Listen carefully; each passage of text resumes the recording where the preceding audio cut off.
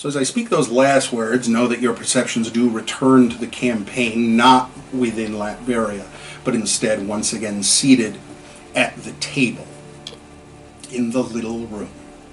The room remains as it was defined before, a tiny square whose walls are covered with hanging red silk. The far side of the table faces wall, where there is a projection screen. You'll recall that you looked through at the last. A projector crackling to life on the table being the point at which point your attentions returned to or turned initially to the Pendrell Hearthguard. You find yourself there again. The screen is blank. You do not readily see the projector, but you do see a very special friend in the form of Dag, the little jack-in-the-box. Well, welcome back there, and I see with great happiness that one of you has taken my advice. Look on to you, my friends, for little Ryan wears a hat and nothing will be the same again. It certainly was a while since last our waters mingled. I'm sure you had so much else better to do in your world other than, save this one from utter annihilation. I'm teasing. Nothing's going to happen in this world. Much. As long as you eventually do return. Let me say, if I had hands, I would applaud you.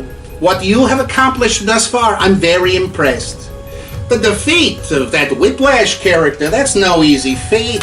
And snatching victory from the potential whip of defeat is an impressive thing as well. Whip should be leisure time tools, not weapons to be carried out in the name of some red to this glorious pastoral community you stand in defense of. I'm very sorry that you operated within Latveria. It's not a nice place, and it is specifically a stage for bad things to happen upon. That's where we're at.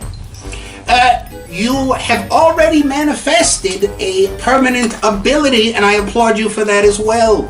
For you will now be able to convert Pendrell Flame into a power blast from your outstretched hand that will certainly work miracles even as it breaks them in half. So good work! That kind of thing doesn't usually happen that fast. You must have an angel on your shoulder.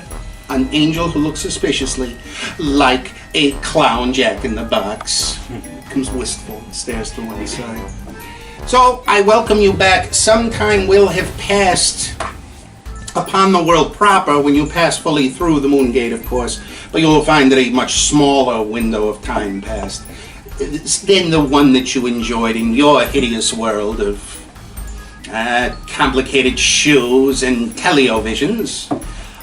The attunement to the Hearthguard is going very well, and I applaud you for it. Once again, no hands. It's in concept. Returning to this place, is there any service I might prepare or carry out for you, my glorious burning servants? Yeah, we recently acquired, as you may know, the straight razor, and it makes me kind of nervous having it on us. Lay it on me, String Bean. Is this the only one of them? And do you know if these can be destroyed? Well, here's the thing. When you were interfacing with the Hearthguard, I most certainly did witness a straight razor. Once it is withdrawn, I can still utilize the senses of the Hearthguard to generally know what is taking place in its surroundings, even though I certainly cannot control the device. I can see and I can detect, as long as the link is in play.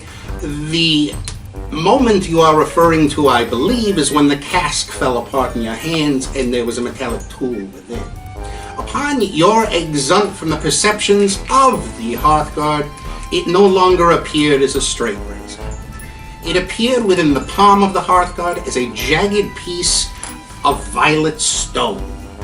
Now, I don't quite understand what that's all about, but I can tell you that the stone contained within it a matrix of energy that is not unfamiliar to the shared perceptions of the various Hearthguard.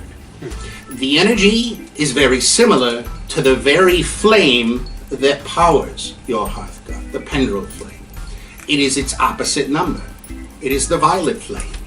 It is the umbral flame. So that's weird business. I don't know why the shard appeared in the way it did, for I do not possess the best of imaginations and simply state the literal fact of this man's word.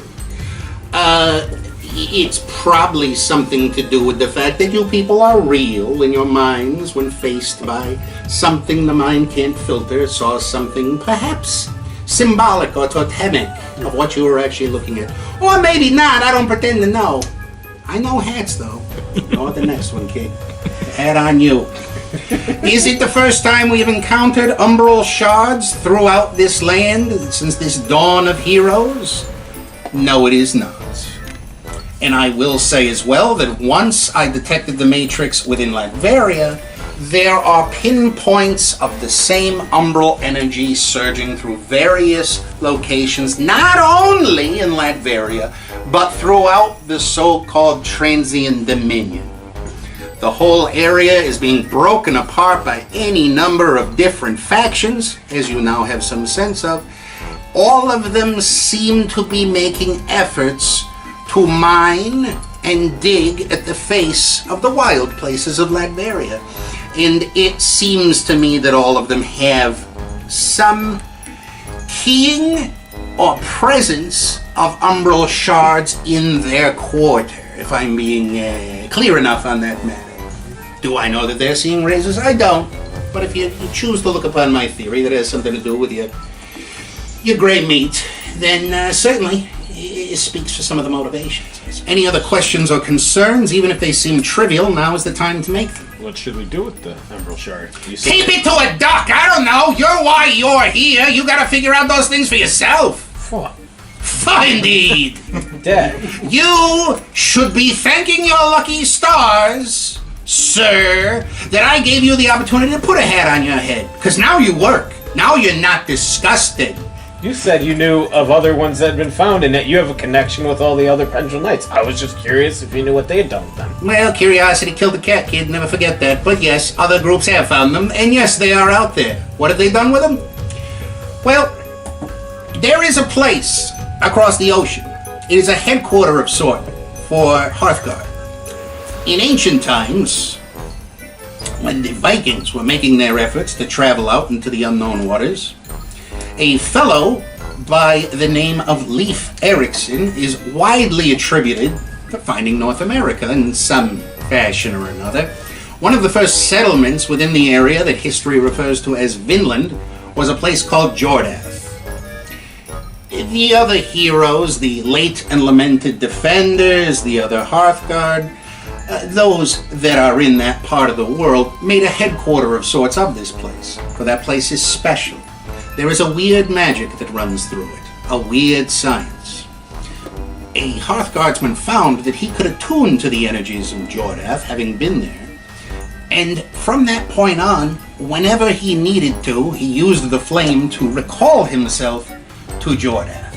A home and a hearth, I suppose. That's Jordath. It is what it is. Anything else to share or speak to? Is it anything? I think we have an idea where to go next to find more of this stuff, potentially. Take it away. Yeah, the mines were mentioned last time. Oh, good, you have a plan. That's very comforting to me. I was thinking, one of you was going to turn and say, "Tell us, Papa. Tell us what we need to do next." And you haven't. So you continue to prove your worth to this organization. Glory to your names. 2 heads down, 2 to go. So, if you are all ready, come forward once again. Make your seat at the table and look not upon yourselves, but instead the much larger world without.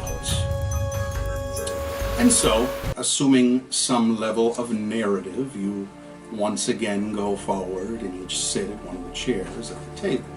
When the last of you has sat, you see all at once, as though it had never left, the antique reel-to-reel that sat beside our dear friend Dag, and it immediately begins to crackle with burning ozone and a blurred image